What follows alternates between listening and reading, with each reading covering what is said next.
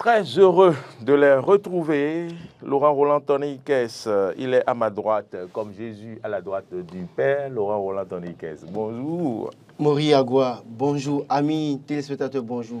Heureux de vous retrouver sur ce plateau. Moi également. Qui vous a si tant manqué, j'imagine. Bon. Manqué, oui, mais quand même, le repos était nécessaire. Okay. Et je vous retrouve dans votre place de prédilection. Alors, Ouba Adéandjou, plaisir de vous retrouver. Très heureux également de vous retrouver, de vous savoir de retour sur ce plateau. Bonjour Maurice, bonjour à tous.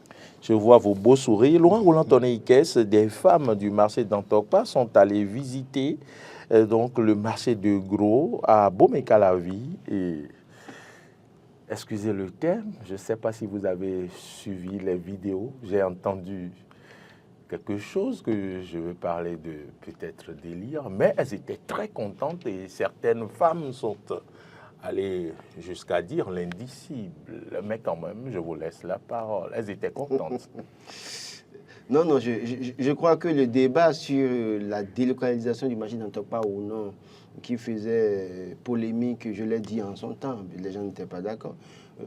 C'était trop tard de faire le débat, parce que quand on a annoncé que le marché serait délocalisé depuis 2018, beaucoup n'ont pas cru que Patrice Talon pourrait faire concrétiser ça. Et donc, malheureusement, que les travaux sont lancés, les infrastructures sont en place. Ce n'est pas aujourd'hui qu'il faut faire le débat pour dire on ne peut plus. C'est peine perdue.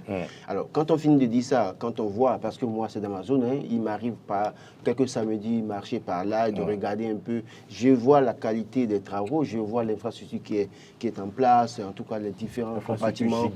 Oui, j'ai vu, en tout cas, moi, au quotidien, quand il m'arrive de me promener un peu, je passe par là pour regarder. Et de l'autre côté, toute la zone est en aménagement et donc j'estime véritablement qu'il y a quelque chose de grand et de beau qui est fait là. Bon, maintenant, tout le monde peut apprécier ce qui est beau et bon, on apprécie. Si les femmes sont tellement en joie au point de dire, comme vous l'avez dit, l'indicible, ça n'engage qu'elles, justement, parce qu'elles ne représentent pas, elles ne sont pas des députés, encore que des députés, même s'ils le disent, ils ne représentent pas 12 millions ou 13 millions de Béninois. Donc, j'ai pu lire qu'une dame a demandé que Patrice Talon peut faire 30 ans. Oui, c'est une volonté d'une citoyenne béninoise. On ne peut pas lui en vouloir. C'est ce qu'elle a, c'est son état d'âme qu'elle a exprimé comme ça. Donc, pourquoi on va lui en vouloir? Je pense que c'est aux Béninois de décider. Et les Béninois décideront si Patrice Talon doit continuer ou pas. Mais j'estime que véritablement, constitutionnellement parlant, on sait très bien qu'il n'a que 2 mandats. Et lui-même l'a dit, quand on a fait le forum avec les jeunes, il a montré le bâton témoin avec les 2 mandats pour dire qu'il ne fera pas un 3e mandat. Donc, maintenant, puisque ça, quand ça commence comme ça, vous savez, il faut faire très attention. Très attention. Pourquoi? Ça peut traduire l'expression, en tout cas, du sentiment d'une citoyenne, comme ça peut être bien des choses sur lesquelles il faut se poser des questions. Parce que dimanche 1er septembre, j'étais à une rencontre de 30 journalistes. Et un journaliste du camp présidentiel qui me dit, écoutez, les femmes, les gens sont des journalistes du camp présidentiel. Je le dis. Les journalistes sont des camps maintenant. Je le dis. Attendez, je le dis et j'assume. Ah bon? Celui dont je parle, lui et moi, le jour là, je lui ai dit clairement que si c'est camp présidentiel. Je lui ai dit ouvertement et j'assume ce qu'il dit. Il a dit ce qui suit. Que les gens on va l'appeler alors communicant politique pour le camp du gouvernement. Parce que le journaliste, c'est mal vu, c'est pas bien. Maintenant, il me dit clairement, il me dit, je n'étais pas seul, hein, il y a d'autres journalistes qui peuvent témoigner, que sur le terrain, les gens demandent que Patrice Talon fasse un 3e mandat. Il a dit ça. C'est grave. Et quand il a dit ça, il dit, mais son sondage, vous l'avez fait où? Et qui sont ceux qui disent ça? Est-ce que tu peux... Et il dit non, allez sur le terrain. Et quand nous, on a tenté d'écouter, les populations veulent qu'il fasse son 3e mandat. Donc, en réalité, quand vous écoutez ce truc-là, vous devez, attention, prendre du recul pour dire, hé, attention, ça vient d'où? Ça sort d'où? Qu'est-ce qu'on nous prépare là? Est-ce qu'on ne nous prépare pas psychologiquement à une situation? Donc, pour dire, la dame est libre de dire ce qu'elle veut, mais prenons aussi du recul et analysons et faisons attention pour ne pas tomber dans le piège. Ben, Ouba Adéandjou, vous avez entendu Laurent Roland Tonné-Ikes, vous avez certainement peut-être suivi cet élément où, écoutez cette dame, j'ai vu quand même des dames donner leur appréciation. J'ai vu les images très tôt ce matin, mais j'ai pas... ce que j'ai appelé entre griffes le délire. Voilà, si je peux le oui, dire. Mais oui. Laurent dit que ça pourrait cacher quelque chose. Quel est votre... C'est possible, votre ça pourrait avis? cacher quelque chose, mais si moi je prends plutôt en compte les deux occurrences qu'il a évoquées. La première, c'est que ça peut être l'expression de la, comment on appelle, de la joie, Son voilà, état d'âme, excessive. son état d'âme. Voilà, l'état d'âme d'une citoyenne qui est très contente, qui délire tout simplement parce qu'elle a vu quelque chose de très grandiose. Elle n'a jamais vu quelque voilà, chose d'aussi beau, voilà, d'aussi belle, j'allais dire. voilà, donc omnubilé par sa grande fierté devant cette chose. Enfin, je suis fier d'être béninoise. Oui. Celui qui a fait ça, vraiment, voilà, ça c'est des propos comme ça qu'on jette. Maintenant, ça, moi je pense, je pencherais beaucoup plus pour cette occurrence-là, pour ce cas-là, parce que je me dis, voilà, c'est quelqu'un qui est contente, elle est joyeuse, elle est très joviale face à quelque chose de grandiose. Maintenant, la seconde, moi je ne pense pas. Si le président Talon ou même les gens qui sont dans son camp veulent véritablement rentrer dans l'histoire, comme l'a dit le président, comme l'a dit Talon lui-même, l'a martelé à plusieurs reprises, il veut rentrer dans l'histoire de notre pays. Je ne pense pas que ce soit par cette porte-là. Il est fort clos pour 2026. Il ne peut plus. C'est ce que dit notre Constitution. Donc ça, c'est, je pense qu'il va respecter ça. La Constitution aussi. Le problème ici, c'est que le problème ici, c'est que soit- le communicant du gouvernement, dès lors que quelqu'un dit ça, et que vous savez très bien que c'est pas bon ce qu'elle dit, dans la vidéo que vous devez partager, vous pouvez couper la partie là, par exemple. Oui, mais bon, enfin, c'est On peut l'expression. couper ça, parce que Non. nous avons tous traité les éléments. Non, là, par contre, là, je ne suis pas d'accord avec vous. Moi, je suis pour la grande liberté d'expression. C'est-à-dire, dites ce que vous voulez, comme vous le pensez. Ça, moi, je suis pour cette option. Ça pose un Maintenant, problème. non, Ce que ça Laurent dit, ne pose aucun problème. Quand quelqu'un dit quelque chose, il assume. Est-ce que vous me coupez ici quand je viens? Non, vous ne me coupez mais pas. quelqu'un dit Mais quelque ça veut chose dire quoi? qui ne cadre pas avec la Oui, Constitution. Je suis d'accord avec Donc, vous. je suis ne d'accord. sais pas, Elle n'a pas dit. Laissez qu'elle dit- passer cette information. Ce que C'est non. Il n'y a pas encore sujet à D'accord. polémique, à mon Ok, avis. d'accord. Ce qu'elle dit n'est pas encore très grave. C'est comme si je viens ici et que je dis « Ah, les analyses de Laurent mais sont exceptionnelles. » Ce qu'on va faire désormais, vous savez quoi? Pour que tout ceci soit très bien, Laurent fait les analyses du matin au soir sur Eden TV. On ne fera plus ce que je d'émissions. n'accepterai jamais. Voilà, vous voyez un peu Je ce qu'il n'accepterai n'accepte pas. ça. Donc moi, je sais que Moi, le président d'office, Talon... je vous dis non, je ne Voilà, fais pas. le président Talon ne La maison l'acceptera sait que jamais je aussi. n'accepterai Et jamais ça. il nous en a parlé à plusieurs reprises également. Voilà. Et moi, quand on n'utilise jamais, moi, je ne suis pas content. Écoutez, moi je fais, Oui, je comme fais, vous dites, je tu ne fais l'accepteras foi, je fais jamais. foi. moi, je pense qu'il ne l'acceptera Je- jamais. je fais- C'est un homme qui est très à cheval sur tout ce qui est règle. Je ne sais pas si vous avez remarqué. Il est très à cheval sur tout ce qui est règle. Et la preuve, vous voyez un peu comment tout le monde aujourd'hui respecte les normes, ne serait-ce que dans nous, notre métier. On essaie de respecter le plus possible l'éthique, la déontologie de notre domaine pour éviter quoi? Pour éviter tout simplement de se faire épingler parce que l'actuel régime est très à cheval sur toutes ces choses-là. Donc, moi, je pense que s'il veut rester égal à lui-même, c'est de respecter ça. Et ça, pour moi, ça ne fait même pas débat. Il a dit à plusieurs reprises, il s'en va, c'est terminé. La Constitution, voilà, bon, tant que ça, il n'y a pas de problème à ce niveau. Maintenant, moi, je devais quand même dépasser ce débat-là. D'accord. Permettez-moi de donner... Dépassons ce débat. Amenez-nous à dépasser ce débat. Voilà, c'est un débat à dépasser, à mon avis, sincèrement. S'il y a un griot du gouvernement, oui, il joue son rôle. Il faut que le chef sache que, bon, il est à côté de lui et qu'il le soutient. Je ne sais pas si vous comprenez. Quand quelqu'un dit ça, le chef est content, il sourit. Ah, celui-là, ça fait partie des gars qui m'aiment bien. Je ne sais pas si vous comprenez. Ce que vous Donc, dites, ils jouent leur je ne rôle. vous arrête pas, ce que vous dites n'est pas faux, puisque Laurent, nous avons vu en 2006, quand le président Yahi. Le président Kérékou, C'était Kérékou, que oui, vous voulez 2006. partir. Oui. Vous avez vu tout ce qu'il y a eu autour de lui. Les gens ont voulu qu'il révise la Constitution, qu'il reste au pouvoir. Oui. Et, Il y a eu cette malveillance-là qui a essayé d'être faite. Mais très tôt, en beaucoup de... 2016, c'est 2016, Oui. avant que le président Boni, Beaucoup il y a eu de le pacte, leaders- beaucoup ont voulu également La même chose, qu'il oui. fasse pareil. Oui, mais Donc, on très tôt, comprend. très Si tôt, je le dis, oui, je comprends. Très tôt permettez-moi, également, très si je tôt. le dis, je comprends que c'est souvent l'entourage du chef de l'État qui est dans l'aisance, qui ne voudrait pas que vraiment les avantages et moi, je pense que le peuple s'estompent. Quand Le vous abordez peuple le sujet béninois- de cette manière, je souris. Pourquoi? Attendez, je vais l'aborder. Je souris. Et Parce c'est- qu'en 2021, Oui. le chef nous a dit qu'il fera 5 ans. Oui. Et après, qu'est-ce qu'on nous a dit? Que c'est les populations qui ont voulu qu'il continue. Donc, ne perdons pas de vue ça. C'est-à-dire que quand on parle de soutien, que c'est le soutien qui veut... Attention, le soutien beau travailler à vouloir qu'il reste là, mais la dernière décision lui revient. C'est Et donc, ça. en 2021, il pouvait décider de partir parce qu'il avait décidé de faire 5 ans. Mais Moi, je pense pourtant, il est que- revenu. Pour vous dire quoi? au-delà de tout, ne pensons pas que c'est seulement ceux qui sont autour de lui. Si lui-même ne veut pas, c'est qu'il ne le fera pas. Très bien. Et moi, je dis, je On dépasse répète, le débat. non seulement, on va dépasser le débat parce que j'ai une autre opinion à exprimer. Je vais vous dire une chose. Tous les hommes politiques béninois, tous les politiques au Bénin savent qu'il y a des, comment on appelle, il y a des points de notre constitution qu'on ne touche pas. Ah. Oui, eux tous le savent. En 2006, vous en avez parlé. Qu'est-ce qui s'est passé? Très tôt, des leaders sont levés. Je me souviens des pancartes un peu partout. On ne touche pas à ma constitution, toutes ces choses-là. C'était mené par la très jeune Rekia Madougou dans le temps, qui, voilà, elle a porté ce combat-là. Et finalement, très tôt, tout ceci s'est estompé. Oui, mais après, Souyaï, la même chose. Touchée. Après, la Constitution a été touchée. Oui, mais écoutez-moi. Donc, si quelqu'un veut jouer, oui, mais une Constitution, c'est fait pour être touchée et retouchée, compte tenu de comment la société évolue. Il faut adapter la Constitution à l'évolution de la société. Écoutez, c'est un outil qu'on utilise pour notre bien-être, comment on appelle, pour notre vivre ensemble. Il n'y a pas de raison que quand les choses évoluent dans la société, on adapte également la Constitution. Quand vous dites qu'il y a des points qu'on ne touche jamais, ça veut dire qu'il peut arriver qu'on touche ces points, Non, il y a des points qu'on ne touche jamais comme ça. Ce n'est pas la veille d'une élection qu'on va venir dire non, non. Moi, je ne pense pas. En tant que Béninois, je pense que le Bénin a dépassé cette étape-là. Est-ce que vous savez très bien Est-ce que vous savez très bien qu'on peut ne pas toucher la Constitution et Patrice Talon peut continuer à diriger? Oui, il y a des options.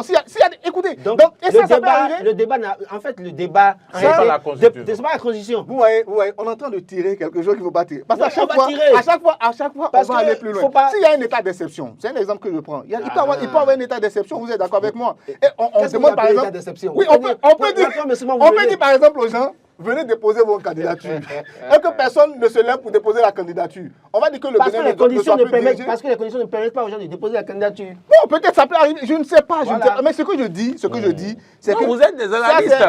Et donc, moi, je vous permets de dire ce que vous pensez. C'est ce que nous faisons en réalité. Il faudrait que les gens comprennent bien. C'est de la pure conjecture. Il n'y a rien. C'est pas de conjecture. Il n'y a rien de tout. Si vous êtes la Constitution est bien claire. La conjecture, c'est vous. Oui, mais écoutez, il n'y a rien il n'y a pas de sujet à polémique à ce niveau. À mon avis.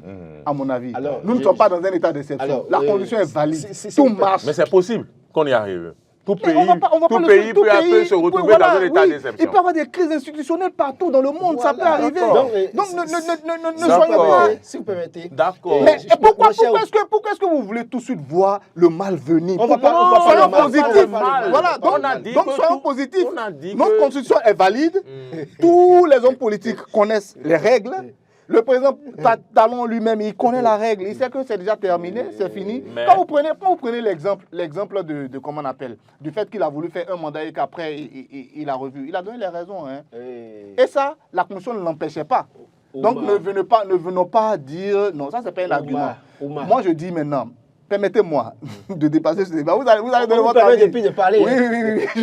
Je dépasse ce débat. Moi, je reviens sur le marché de gros parce que j'ai bien envie de m'exprimer par rapport à ça. Allez-y. Vous voyez. Et je reviendrai sur l'aspect que vous avez abordé. Ou du moins, on le laisse revenir sur votre aspect et vous passez sur le marché de gros. On sait qu'on a fini avec... Allons-y. Quand vous parlez de... Oui, il y a la constitution qui fait que quelqu'un est folklore, je sais quoi. Je pense qu'on peut bien ne pas toucher la Constitution. Oui. Et le chef peut continuer à diriger le Bénin. Parce que déjà, le code électoral que nous avons là, il est bien clair qu'on a demandé à un député qui soutient l'actuel chef de l'État, on lui a demandé s'il n'y a pas, un parti n'a pas 20%. Et parce qu'au-delà de tous les deux grands partis, en tout cas deux partis de la mouvance présidentielle aujourd'hui, espèrent faire peut-être ce qu'ils appellent l'accord de gouvernance. Si ça ne marchait pas, qu'est-ce qu'il faut faire? Il a dit qu'il faut reprendre les élections. Quand on fait une élection et que ça ne marche pas, on ne reprend pas le mois qui suit. Il faut peut-être dire, il faut une transition d'1 an ou de 2 ans. Oui. Quand on le fait, attendez, laissez-moi, nous sommes dans des analyses. C'est moi, je vous disais, quand vous parlez de conjecture, si vous pensez qu'en tant qu'analyste, vous faites des conjectures, c'est vous, ça, c'est pas moi. Mais c'est pour vous dire quoi? Quand on dit, par exemple, il n'y a pas d'élu, et qu'il faut reporter les élections, et que la Constitution parle d'élections générales, vous pensez qu'on peut organiser les élections présidentielles sans les élections générales? Cela suppose que quoi? Conformément à la Constitution, il faut peut-être reporter aussi le mandat de quelqu'un pour organiser toutes les élections ensemble. Parce que dès lors qu'on prolonge le mandat des députés, les députés peuvent décider peut-être, en tout cas, ça dépend du mécanisme. C'est pour vous dire quoi? Aujourd'hui, le chef de l'État a fait une promesse. Nous faisons foi à sa parole. Il nous a dit qu'il fera un mandat. Nous avons cru en lui. Après, il est revenu. Je n'ai rien contre ça parce que la Constitution du Bénin lui donne plein droit de faire 2 mandats. Mais là, maintenant, il dit qu'il va partir. Mais les réalités politiques sont tout autres parfois, que nous ne maîtrisons pas. Et les acteurs politiques ont leur calendrier parfois, qui déroulent parfois au vu de tout le monde. Et parfois, quand ils le font, on est surpris d'être déjà pris au piège. Donc, c'est ça. Pour vous dire quoi, je ne dis pas que tout de go, il ne va pas repartir, hein, mais il se peut, s'il refuse de partir. Il peut avoir, s'il refuse de partir là, vous et moi, on n'a quel pouvoir aujourd'hui. Il peut avoir cas de force majeure. Cas de force majeure. Et il n'a pas d'exception, vous parlez de cas de force majeure. Donc, pour dire quoi, on peut finir avec ce débat et vous pouvez maintenant aborder le sujet du match. Non, ça me serait un peu difficile d'aborder autre chose. Après, de gros. Oui, je suis d'accord. Je reviens très rapidement à ce qu'il a dit. Il faudrait qu'on se comprenne. Hein. Nous sommes tous des Béninois. Qu'est-ce que nous voulons pour ce pays-là? C'est qu'il aille de l'avant sur tous les plans. Même sur le plan de la démocratie, on a des leçons encore à assimiler, on a des manières de faire qu'on doit abandonner. Et il y a des manières de faire aujourd'hui que le Béninois a adoptées sur le plan politique qui ne serait pas bien de revenir encore en arrière. Pour ça, il faut travailler pour la continuité. Il faut travailler donc pour la continuité. Okay. Moi, en tant que Béninois, je ne voudrais pas imaginer le Bénin dans des situations d'exception. Imaginer que, voilà, pour moi, c'est une imagination foisonnante, je vais dire, ce matin, que de dire que... Pas, voilà, non, imaginez, non, c'est des analyses, je suis d'accord. On n'a pas dit que ça je suis d'accord, mais nous nous marchons depuis sur des si, pour évoquer des situations. S'il y a une situation d'exception, s'il y a une crise institutionnelle qui arrive dans notre pays, moi je pense qu'en tant que Bénin, nous avons le génie de pouvoir résoudre cette crise-là et aller de l'avant. Ouais, personne au Bénin, en tout cas, ne s'éternisera au pouvoir. Depuis 1990, cela ne s'est pas produit. J'espère que ça ne se produira pas. C'est tout souhait pour les Béninois. Voilà, c'est notre souhait. C'est tout souhait pour moi. Donc, mais ça ne m'empêche pas de faire des analyses et de dire aux gens, préparons-nous, peut-être que ça peut arriver. Oui, si ça arrivait, qu'on ne devrait pas être surpris, il vaut mieux se préparer pour ça. Ils sont suffisamment conscients, nos hommes politiques, que ce soit les gens de la mouvance, que la mouvance présidentielle, je veux dire, que ce soit ceux de l'opposition également. Je pense que tout le monde... J'ai entendu une chose qui sonne encore dans ma tête, s'éterniser au pouvoir. Non, ce n'est pas de ça qu'il s'agit. C'est... Peut-être, nous parlons de cas de force majeure. Ça ne veut pas dire s'éterniser au pouvoir. Donc, il ne faut pas utiliser ces... non, ce n'est pas de ça que nous parlons. Vous savez, ce que nous... De s'éterniser au pouvoir. Pour être très clair, ce que vous évoquez ce matin, c'est qu'il peut avoir des manigances politiciennes derrière. Non, il peut avoir des manigances... Permettez-moi d'aller. Il peut avoir des manigances politiciennes derrière pour pousser les gens à dire, voilà, on veut... Vous en savez certainement quelque chose. Moi, je n'en sais rien. Ce sont des supputations que j'ai entendues ce matin. Mais moi, oui, c'est déjà arrivé, ça arrive. Voilà. Mais je dis qu'au Bénin, nous ne pouvons plus revenir à cette étape-là. D'accord. Passons au marché. C'est tout souhait pour les Béninois. Voilà, c'est tout souhait. Nous n'allons pas revenir à cette étape-là. Le Bénin évolue. Chacun, que le camp présidentiel prépare son dauphin et que les opposants préparent également leur champion pour l'alternance au pouvoir. Voilà, c'est tout. Donc, voilà ce que nous serons très contents. Nous serons très contents. Maintenant, marché de gros. Moi, je suis très heureux. Et depuis le départ, j'ai soutenu le fait que on peut désengorger Cotonou, on peut, comment on appelle, libérer un peu ce côté-là de Cotonou et autour de Dantokpa, où aujourd'hui c'est très compliqué de circuler, c'est très compliqué d'installer des infrastructures, alors que vous voyez dans quelle zone nous sommes, c'est une zone, faut le dire, c'est au bord de, comment on appelle, du lagon, je ne sais pas moi, c'est une zone qu'on peut utiliser autrement. Okay? Comme dans tous les autres pays, le rendre vraiment très beau, à l'image de tout ce que ce gouvernement est en train de faire. Et moi, très tôt, j'ai dit, écoutez, il faut peser le pour et le contre. Les gens ont voyé tout de suite l'argument patrimonial, l'argument du fait que dans ton part, c'est quelque chose, ça fait partie de nous, c'est la culture, c'est notre patrimoine. Voilà, tout le monde est d'accord dessus. Ok, cet argument-là, mis à côté de l'argument qui consiste à dire, écoutez, est-ce que cette manière de faire est toujours adaptée à notre mode de vie actuel? Nous sommes au 21e siècle. Nous voulons évoluer. Nous voulons donner une belle image du Bénin à l'extérieur.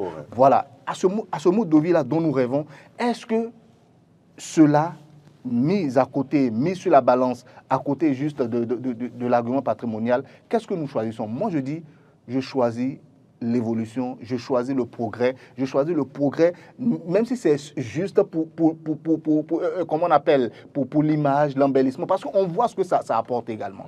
Pour le peu qui est fait, on sait ce que ça donne. Et moi je dis, si vous voulez garder Dantokpa comme un patrimoine, il y a des musées qui sont là. Faites des photos dès maintenant, faites tout ce qu'il faut, créons un musée et gardons la mémoire de Dantokpa là. Oui, je suis d'accord. Mais attendez, s'il y a par exemple comment on appelle, je ne sais pas moi, une divinité, un hôtel qu'on veut conserver dans ses environs, mais pourquoi ne pas conserver ça et il faut déplacer l'hôtel dans le musée. Non, on ne va pas déplacer l'hôtel. Lui construire quelque chose de l'hôtel et mettre ça dans le musée. Non, pas forcément. Et lui construire quelque chose et qu'il reste. Oui, c'est ce que je suis en train de. Donc vous me laissez, vous voulez ironiser, mon cher ami. Ce que je dis et je suis en train d'expliquer, je sais que vous le comprenez. Pour moi, l'argument patrimonial ne peut pas empêcher le progrès. Et ça, je dis non. Parce qu'on a tous les moyens aujourd'hui de garder la mémoire, de garder, comment on appelle notre mode de vie, notre participation à l'humanité. La participation du Bénin à l'humanité, on a tous les moyens de garder cela et de le montrer aux générations futures. Oui. En France, ça se fait. Le Paris dont parlait Victor Hugo dans ses livres, les faubourgs de quoi, tous ces endroits-là, c'est resté aujourd'hui dans les musées, dans les livres, et on transmet ça aux enfants. Ce n'est pas une raison pour venir dire aujourd'hui, parce que non, c'est notre patrimoine, on veut le... Non, ce marché n'est plus un marché. Et puis en plus de ça, regardez, moi tout à l'heure, je vais passer à côté du marché d'Antokpa. Vous voyez à quel point la circulation est compliquée à cette zone. Voilà, donc voilà. J'ai plaisir à vous suivre, mais moi, voilà un peu mon avis je ne suis pas totalement convaincu. Et puis le marché de gros en plus, est-ce que c'est pas beau? Disons-nous la vérité, c'est pas beau. Je reviendrai dans un instant sur la beauté du marché. Je veux être honnête pour dire, il y a un travail qui a été fait. Et j'ai dit dans l'entame que dès lors qu'on a annoncé ça depuis 2018, les gens n'ont pas réagi pour autant. Et l'infrastructure a été réalisée, on ne peut rien faire, il vaut mieux délocaliser les gens. Mais selon le discours selon lequel, oui, il faut moderniser, écoutez, on peut quand même revoir la discussion du marché d'Antokpa et sécuriser. Pourquoi ? Parce que quand vous dites que c'est parce qu'on veut moderniser, cela suppose que dans 20 ans, là, quelqu'un d'autre aussi peut délocaliser ça de Akasato pour amener ça à Rada. Oui. Si l'espace devient insuffisant. Non, mais c'est pour vous dire quoi? Si l'espace crée des problèmes, on délocalise à nouveau. Nous sommes là pour évoluer. Il n'y a pas de raison pour qu'on n'évolue pas. Je ne suis pas contre le développement, je ne suis pas contre la modernité. Mais je dis si c'est que cet argument-là. Vous êtes contre le déplacement. Non, en fait, on peut sécuriser. On peut reconstruire certains espaces du marché d'Antokpa et sécuriser davantage pour faire en sorte que le marché reste là. Parce qu'au-delà de tout, quand vous allez au Nigeria, vous allez voir les Nigériens, les Ghanéens, les Togolais venir, c'est aller au marché d'Antokpa. En fait, c'est devenu un label pour notre pays. Sur ce plan, je ne suis pas d'accord qu'on dise que parce que modernité, on peut moderniser ce qui est existant. Parce que le problème que moi j'ai par rapport au régime, c'est qu'on veuille tout déplacer, et que ce soit qu'on dise que c'est autant de Patrice Talon que tout a été fait. C'est ça que je ne suis. Non, là, je ne suis pas du tout d'accord. Laissez-moi finir. Oui, je vous ai laissé finir. C'est pourquoi je vous ai laissé finir. Allez. Pour vous dire quoi? Aujourd'hui, tout ce que nous avions comme patrimoine du passé, reconnaissez avec moi que beaucoup ont été déplacés. Reconnaissez avec moi. Non, je ne veux pas reconnaître. Donnez-moi des exemples. Soyons sérieux, quoi. Donnez-moi des exemples. Qu'est-ce qui a été déplacé et que... Non, mais enfin... Pour un seul marché, PLM Alédio aujourd'hui, c'est pas autant de talent que ce truc-là est tombé en ruine. Parlons d'autre chose. Qui a contribué à maintenant détruire ça finalement? Oui, mais à quoi est-ce que ça servait? Vous pensez que ça ne servait à rien, le PLM Alédio, où on a fait la conférence nationale pour ramener les Béninois autour de la table pour discuter? Vous pensez que ça ne sert à rien? Donc vous pensez une partie de l'histoire? Vous pensez qu'il est impossible de dire à nos enfants dans les livres d'histoire que c'est au PLM Alédio qu'on a eu la conférence? Des photos qu'on mette dans les musées. Donc, si les photos existent, c'est fini, on va montrer aux enfants. Ce qui fait partie de notre patrimoine commun, l'histoire de notre pays à moderne, l'idéal aurait été de reconstruire l'hôtel PLM Alédio. D'accord? Et de reconstruire même la salle dans laquelle il y a la conférence. Et que chaque fois, quand il y a un problème, qu'on se retrouve là-bas pour aller régler. L'idéal aurait été ça. Par exemple, parce que vous voulez que je vous cite, je vais vous en citer, parce que pour vous dire quoi? Pour vous dire que Non, moi, là, je ne suis pas contre la modernité, je ne suis pas contre le développement. Mais j'estime qu'on peut arranger l'existant. Cette manière de vouloir supprimer chaque fois. Vous êtes pour la préservation des actes, on peut dire ça. Cette manière de vouloir supprimer chaque fois réagir, l'existant, je ne suis pas d'accord, on peut tout faire.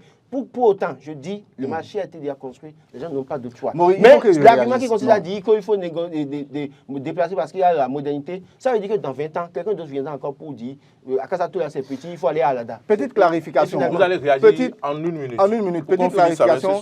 Je ne voudrais pas qu'on ait ce matin une image de quelqu'un qui est très loin de sa culture. Vous savez, le patrimoine, ce sont des éléments de notre culture. Et la culture, c'est notre identité. C'est ce qui nous reste quand on n'a plus rien. Je ne sais pas si quand vous allez quelque part, c'est vrai que moi, je n'ai pas l'accent béninois, par exemple. Quand vous allez quelque part et que vous parlez... Vous en avez maintenant. Voilà. Et que vous parlez, les gens diront, ah, c'est un béninois. Donc la culture, c'est tout ce qui nous reste quand on n'a plus rien. C'est-à-dire, c'est notre culture. Et ça, j'en suis fier. J'en suis fier. Mais n'empêche que notre culture, on peut l'améliorer. C'est-à-dire? Regardez un peu mon bomba. Il y a quelques années, comment est-ce qu'on le cousait, le bomba? Le bras du bomba. Vous vous souvenez, les bombas qu'on portait dans le temps. Mais aujourd'hui, on a changé. On met des modèles, on fait des designs. Et finalement, c'est plus près du corps, bien serré et tout ça. Ça a évolué. Mais nulle part... Ça, c'est pas plus près du corps pour vous. Attends, non, je reviens. Mais nulle part... Quand vous allez quelque part, les gens vous diront, ça c'est la manière de s'habiller des Béninois et peut-être même des Nigériens parce qu'il y a une partie des Yoruba là-bas aussi qui portent. Ils vous le diront tout de suite, ça c'est les Béninois qui s'habillent comme ça, ça c'est un Béninois qui vient. Notre Gobi là, le Gobi d'un Hagbe. Voilà. Non, j'ai pas fini. C'est pour vous dire quoi? Je suis bien un amoureux de notre culture. Il a donné l'exemple du PLM Aléjo. Le PLM Aléjo, je vais vous dire quelque chose. On prend sur cette installation-là du PLM Aléjo, l'ancien hôtel qui était là était complètement délabré. Il n'y avait plus rien, c'était tombé en ruine.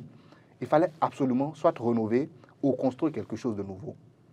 L'occasion nous est donnée désormais de construire quelque chose de nouveau et mettre là, par exemple, créer une grande salle et dire, ça, salle, c'est pas moi, c'est un nom que je donne comme ça, hein, salle de la conférence de 1990. Salle de la conférence des forces vives de la nation de 1990. Et ça, je pense que ça, il n'y a rien de plus patrimonial. Ça permet de conserver la mémoire de notre participation à l'histoire de notre pays. Et ça, moi, je suis pour cela. Je ne suis pas pour qu'on conserve des choses qui ne cadrent plus avec notre mode de vie, qui ne cadrent plus avec le contemporain. Et on les conserve comme ça pour rien du tout. Je ne vous arrête pas. Est-ce que vous avez visité une fois le musée? Attendez. Kwame Nkrumah. C'est Kwame Nkrumah. Oui, je suis au Ghana. Est-ce que vous avez visité? Complètement d'accord avec vous. Moi, je ne vais même pas aller jusque-là. Je vais juste à Abomey. Si j'en parle, c'est pour rappeler ce que j'ai vu là-bas. J'ai vu le stylo avec lequel le président ghanéen signait les décrets. J'ai vu par exemple son lit sur lequel il a dormi aux États-Unis, que le Ghana a demandé de ramener dans ce musée. Oui. J'ai vu ses vestes qu'il portait, j'ai vu son bureau à la présidence. Qu'est-ce qui nous reste de Mathieu Grégoire?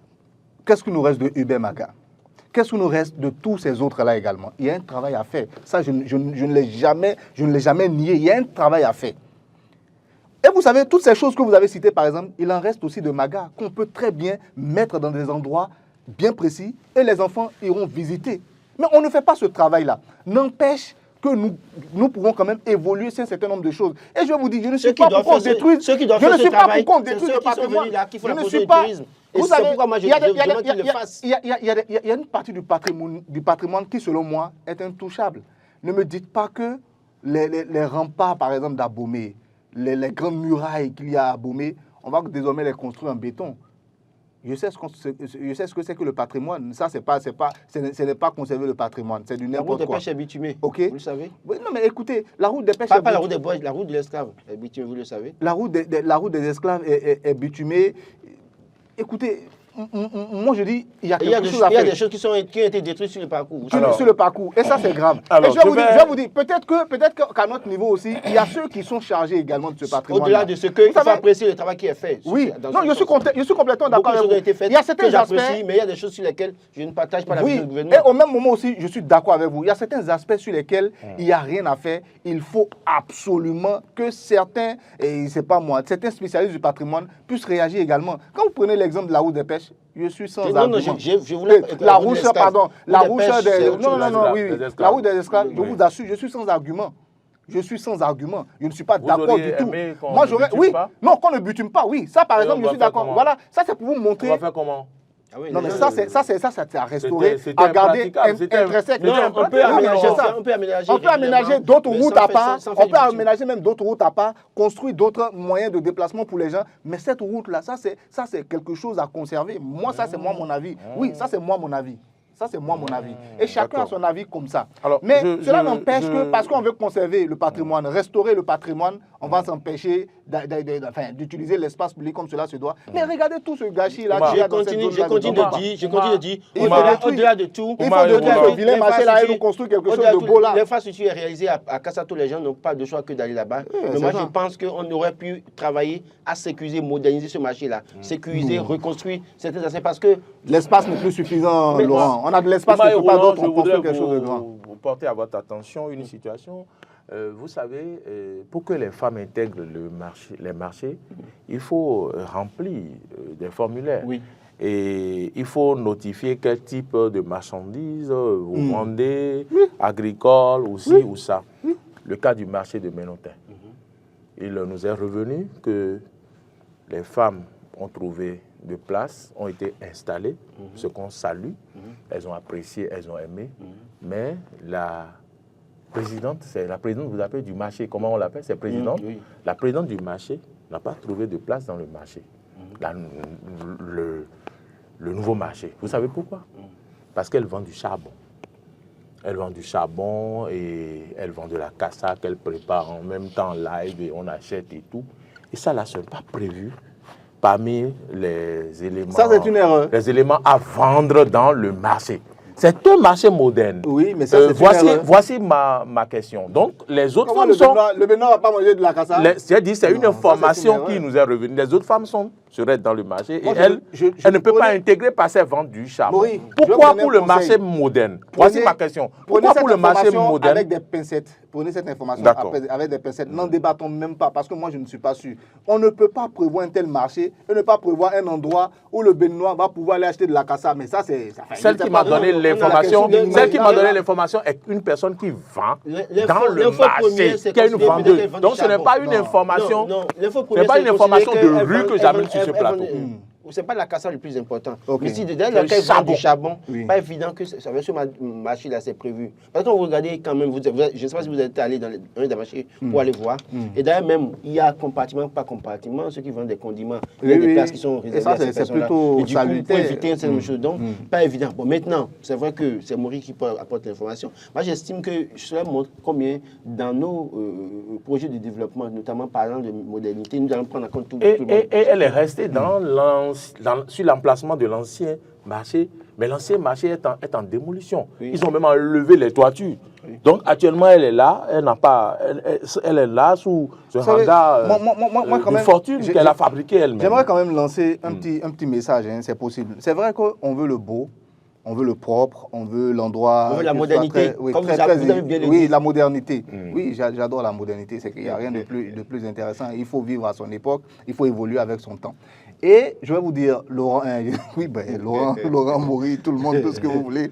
Je vais vous dire, la dame qui vend le charbon, il peut avoir des arguments du genre, et le charbon, déjà, ce n'est pas quelque chose de très légal, vous êtes d'accord avec moi. On coupe n'importe comment le bois, la déforestation, la destruction également de comment on appelle des espèces, peut-être qui pourraient être donc protégées et tout. Donc, il faut faire très attention. Peut-être qu'il y a des arguments qu'on nous pose. Peut-être qu'il y a des réformes. Non, attendez. Voilà. D'autres ont proposé qu'elle change de... Elle va commencer à vendre gaz alors. Qu'elle se vous dites que vendre du charbon, c'est illégal. Vous ne me laissez pas aller jusqu'au bout avant de tirer des conclusions. Je suis en train de dire, j'ai dit peut-être qu'il y a tous ces arguments-là qui viennent. Je disais que j'allais être sur la même ligne que Laurent. On ne peut pas tout changer du jour au lendemain. C'est un peu compliqué. C'est des arguments que j'entends, que je comprends parfaitement, mais allons mollo, quoi. Vraiment, allons mollo. Allez dans tous les pays du monde, il y a des espaces, même dans les marchés les plus beaux de la Côte d'Ivoire qu'on construit en ce moment, il y a des espaces qui sont réservés pour les vendeurs de charbon. Il n'y a pas de raison. Ah oui? Oui, mais pourquoi on ne peut pas réserver de petits espaces également pour ces personnes-là et leur donner des règles bien strictes afin que ces personnes aussi nettoient, fassent les choses dans les normes. Si le charbon est bien emballé, dans des sacs bien faits, c'est ce si que le nous charbon, avons dit. voilà, si tout est bien fait, moi je ne vois pas de raison. Voilà. Depuis ses ailes, elle amène les charbons emballés. Et si on veut combattre la vente du charbon, ce n'est pas la petite dame qui survit grâce à ça qu'on va combattre. Moi, je pense qu'il faut aller un peu plus en amont pour non, est-ce que c'est une façon de combattre la vente du charbon? Non. Bon, peut-être. Mais c'est pour dire qu'il ne faut pas que le marché n'est pas réservé à ce type de commerce. Non. On va salir. Vous savez, le charbon commence à salir les endroits. Moi, je suis à 100% sûr que tous les habitants du monde n'utilisent pas du gaz. Est-ce que vous avez visité? Il y a une équipe qui est là. À chaque 2 heures ou 1 heure, on nettoie les marchés. Vous êtes contre? Oui, je suis contre parce que vous savez, un marché a ses principes. Vous savez, lorsque des gens rentrent dans le marché, le matin, commencent par rentrer dans le marché et ils sortent et vous balayez, comment on dit, en fond, on dit à Foucault. D'autres ne viendront plus. C'est des principes de chez nous. Vous comprenez? C'est des principes de chez nous. C'est des choses de Mewi, de Wendo. Donc, il faut... Bon, ok. Bon, puisque je ne veux plus parler de ça. Tous les aspects de notre vie. J'ai une inquiétude. La présidente du marché n'a qu'à changer d'activité, vendre du gaz. Laurent, j'ai vu le marché de gros. J'ai vu le marché de gros et j'ai vu les toilettes, j'ai vu les lavabos. C'est très beau. J'ai eu une inquiétude. Est-ce que les Béninois ont compris maintenant que la modernité s'impose à nous et que nous devons changer nos habitudes de malpropreté? Urine dans sachet. Est-ce que, s'il vous plaît, j'ai été inquiet parce que j'ai dit, est-ce que ces gens-là vont changer les habitudes pour garder ces toilettes-là propres? C'est pas eux tous. Dans 5 ans, il faut repréciser. Est-ce que les malpropres parmi eux là vont comprendre? Parce qu'il y en a qui sont propres dans le marché d'Antokpa. Oui. Il y a des malpropres qui veulent uriner dans ça. Vous avez dit, mon inquiétude, c'est de savoir est-ce que dans 5 ans, vous avez dit les gens là, parce que c'est comme si on va généraliser. Bon, d'accord. Moi, je vais vous rassurer. C'est pas l'être humain. Laurent Maury. Je vais vous rassurer tous les deux. L'être humain est quelqu'un qui sait s'adapter. D'accord. On sait s'adapter. Je vais vous dire, même les pays les plus industrialisés, ils n'ont pas évolué. Tout le monde ne sait pas s'adapter. Il y a des gens qui vont dans les toilettes, ils ne tirent pas la chasse. Non, mais ils vont s'adapter. Non, moi, je pense pas. C'est pas tout le monde qui s'adapte, malheureusement. Je ne pense pas. Il y a des gens, vous l'amenez du village, ils ne savent pas qu'on tire la chasse. Donc il faut mais il y a des gens qui ont connu depuis 20 ans. Ils ne font jamais ça. Des malpropres, des gens pas très... Oui, ça c'est un manque d'hygiène, c'est pas quelque chose de bien. Tout ça, c'est des choses à combattre. Mais dire que parce que c'est trop beau, est-ce que nos populations... Non. C'est peut-être même une injure à toutes ces personnes-là. Non, c'est pas une injure. C'est une réalité. Moi, je dis, les gens vont s'adapter. Les bars que nous fréquentons. Parfois, vous allez vous asseoir et c'est l'odeur d'urine qui vous accueille. Oui, ce n'est pas des humains qui sont là-bas, qui travaillent là-bas. Il n'y a pas des gens qui nettoient. Et Laurent, ne nous dites pas que c'est des injures. Vous voyez un peu le pari que décrit... Pourquoi c'est Victor Hugo qui vient ce matin chaque fois dans la tête? Oui, c'est lui. Vous avez rêvé sur lui. Vous voyez la ville de Paris que décrit Victor Hugo, par exemple dans Les Misérables. Ce n'est pas cette ville de Paris qu'on a aujourd'hui. Vous êtes d'accord avec moi? C'est une ville de Paris même qui est plus proche du marché d'Antokpa que même de comment on appelle, de certains endroits de chez nous. Oui, c'est une ville malpropre, sale et tout ça. Voilà. Donc, il y a eu un moment où les autres ici étaient dans cet état-là. Ils ont su s'adapter. Et pour s'adapter, il faut des changements. Des changements non seulement dans ce que nous avons comme habitude, mais des changements également dans nos réalités, dans notre paysage, dans nos infrastructures. Et c'est comme ça que nous allons arriver également. Donc, le progrès que nous souhaitons, ça passe par ces petites choses-là également. Donc, c'est maintenant que le progrès a démarré. suivons comment on appelle la dynamique. Et quand je dis ça, rassurez-vous, ce n'est pas parce que je suis partisan ou bien communicant d'un régime. La preuve, vous avez parlé tout à l'heure de la route des esclaves. Moi, je suis complètement contre. Oui, moi, je suis complètement contre. J'ai fait une étude, j'ai fait un master comment on appelle de management de la culture. Je sais ce qu'on appelle le patrimoine.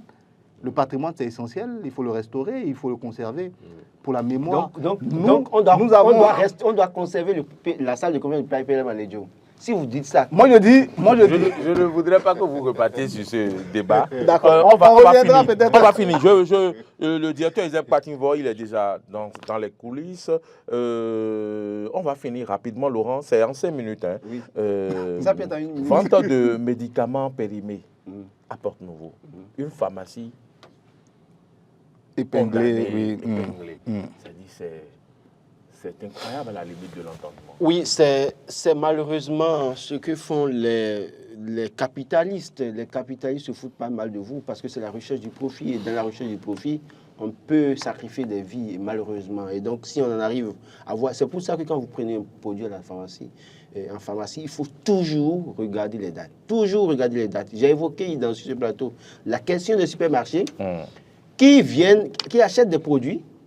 Je dis en conseil j'ai été dans ce supermarché, j'ai eu les images, mais c'est un Béninois qui m'a menacé de tous les noms, il m'a menacé sérieusement, au point où, n'ayant personne derrière moi, j'ai dû le laisser tomber. Les produits viennent à expiration. Ils enlèvent les papiers sur lesquels il y a l'étiquette là, ou soit quand c'est écrit là, ils chassent des gommes, ils nettoient. Ça. Maintenant, ils vont imprimer des autocollants avec de nouvelles dates, ils mettent sur ça, et vous achetez. Vous achetez. Et puis, vous consommez ça, ça vous crée tous les problèmes. La dernière fois, je devais acheter un produit dans une pharmacie dont j'étais le nom à Abomey-Calavi. Et c'est un médecin qui m'a prescrit les médicaments. Et donc, j'étais allé là-bas, sans ordonnance, ils ont refusé de vendre les médicaments. Lui-même, il est arrivé. Il m'a fait l'ordonnance en même temps et j'ai acheté les médicaments. Il voulait profiter, il a acheté les médicaments. Mais il a pris 2 produits, il a vu que l'un des produits était pratiquement à expiration. La date était pratiquement à expiration. Donc, il a dit, mais ça, c'est pas bon, vous devez changer ça. Pour vous dire quoi? S'il n'avait pas la présence d'esprit, que c'était peut-être une analphabète, on lui prescrit un médicament, et il vient, il prend ça, ce produit, il avale ça, et puis après, ça peut lui créer d'autres complications. Je pense qu'au-delà de ce que les capitalistes veulent de l'argent, nous-mêmes, nous devons faire très attention. J'ai évoqué la question de cette pharmacie à Abomey-Calavi où j'ai acheté un produit pour mon enfant. Mais je vous assure, la nuit, là, je me suis retrouvé à l'hôpital. Peu s'en fallait, j'allais perdre mon fils. Pour vous dire quoi. Et je n'ai pas parlé parce que je dis, si les gouvernants ne peuvent, les ministres, surtout les responsables, les cadres du ministère de la Santé, du Commerce, ne peuvent pas descendre sur le terrain pour nous faire ce contrôle, pour nous aider, et s'asseoir dans le bureau, allonger les pieds sur les bureaux. Et faire les missions. C'est là où il y a les missions. Et faire rentrer, déranger les stagiaires, mais si c'est ce qu'ils ont appris à faire pour prendre leur salaire, c'est pas grave. Mais je demande à chaque citoyen de veiller sur lui-même. C'est-à-dire qu'aujourd'hui, il ne faut plus dire l'État. Vous allez acheter un produit quelque part, regardez la date. Et soyez sûr, parfois, vous avez le produit, vous pouvez même aller vérifier, parce qu'il y a les codes QR sur certains produits, vous pouvez vérifier. Moi, j'ai pris la dernière fois un produit, j'étais avec mon beau-père, on parlait, et puis j'ai pris le produit. Pas exprès, je lui ai dit, mais papa, est-ce que vous savez que vous pouvez contrôler désormais l'origine des produits? Et j'ai fait ça devant lui. Oui, désormais, il faut faire ça. Pourquoi? Parce que les gens nous amènent tout dans le pays aujourd'hui, et nous consommons tout. Après, c'est pour avoir des problèmes de cancer de pancréas, cancer de foie, cancer du côlon, cancer de l'estomac, des trucs bizarres. Alors que nous avons des plans d'ici que nous pouvons prendre, malheureusement. Je ne dis pas que, après on nous dira que oui, tout ce qui est chez nous c'est mauvais. Non, c'est pas pour autant mauvais, juste qu'il y a manque de méthodes pour arranger ça, pour nous sécuriser. Et j'insiste, chaque fois que vous allez dans une pharmacie ou dans un supermarché, achetez, quand vous achetez un produit, regardez la date tout au moins. Parce que vous n'allez pas prendre votre argent pour acheter votre propre mort. Merci Laurent. Et juste un petit mot, parce que Laurent a dit l'essentiel. Un petit mot, ça va. Imaginez, vous avez dit un mot. Imaginez, ça c'est Porte-Nouveau. Imaginez dans les pharmacies les plus reculées, dans les zones les plus enclavées de notre pays, comment est-ce que les médicaments sont dans ces endroits-là. Donc c'est le moment de il y a des pharmacies qui vont acheter, qui allaient acheter à Djegoulé. Voilà, donc c'est le moment de doubler de vigilance et que c'est les institutions, les organes qui contrôlent donc comment on appelle là, ces officines-là, aillent réellement les contrôler et vérifier les choses. Parce que quand vous avez lu le titre ce matin, moi je vais vous dire, en réalité, j'ai été éberlué, je l'ai noté. tellement j'étais voilà, c'est surprenant d'entendre ces genre de choses. Maintenant, comme c'est porte-nouveau, permettez-moi de dire un petit mot. C'est le mot également pour nos députés de bien faire le travail. On a vu qu'ils ont voté le budget. Il y a une hausse de 1,8%. Et le 1,8%, je ne suis pas sûr que ce soit uniquement pour le vote des lois, toutes ces choses. Il y a aussi également leur confort. Et ça a été voté également à l'unanimité. Donc, on nous fait un bon travail. Non, le contribuable a déjà fait sa part désormais. Donc, faisons le bon boulot. Voilà des situations qui se produisent. Qu'est-ce qu'on fait pour éviter ces genre de choses-là? Il faut que nos députés travaillent véritablement. Voilà, on va adresser une question. Comment ils font? Question orale aux députés. Ils n'ont qu'à m'inviter. Ils n'ont qu'à nous inviter. La question orale, retourner la question au gouvernement. Voilà. Chacun jouera sa participation. Merci à vous, Laurent Roland. Merci. Très convivial. Vous avez ramené l'ambiance où on rit à gauche déployée. Non, pas du tout. Parce que moi-même, je ne ris plus. Vous savez, là, c'est l'analyse. Vous arrivez à nous faire rire. Comment est-ce que vous faites? Ce qui est bien. Non, c'est l'analyse. Comment vous faites? À partir de lui, nous allons faire nos photos parce que le musée que Oumar a annoncé, nous allons mettre nos photos là-bas. Et dans 5 ans, dans 10 ans, on va dire, nous allons aller regarder nos photos. Mais là, monsieur, je suis un grand amoureux du patrimoine. Ne croyez pas, je n'entendais pas ce que je dis. On va restaurer le PLM. Je rappelle que cette rubrique, ce n'est pas une rubrique de fou rire. C'est une rubrique de sérieux. D'accord? C'est l'analyse. Donc, on reste sérieux. Et donc, c'est pourquoi moi, je ne ris pas. C'est pourquoi moi, je ne ris pas. Donc, vous n'avez pas aussi le droit de rire n'importe comment. Après cette rubrique, vous pouvez rire n'importe comment, mais attention. Non, attention. Merci. Oumar Diandou, merci d'être venu. Merci. Merci, Oumar, pour vos analyses, tout ce que vous avez dit ce matin. Laurent, Maury est revenu avec les fous rires.